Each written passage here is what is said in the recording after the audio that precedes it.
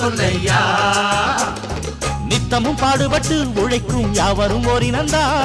சத்திய வார்த்தை இத நமக்கு சொல்லுது மேதினந்தா நாம் எல்லாம் வேலை நிறுத்தோம் செஞ்ச தாங்காது நாடு முழுதும் நாமின்றி என்ன நடக்கும் நம்ம கைதாண்டா ஓங்கி இருக்கும் அட அடிச்சாலும் குடிச்சாலும் அண்ணன் தம்பி நீயும் நானுண்டா உழைப்பாளி இல்லாத நாடுதான் எங்கும் இல்லே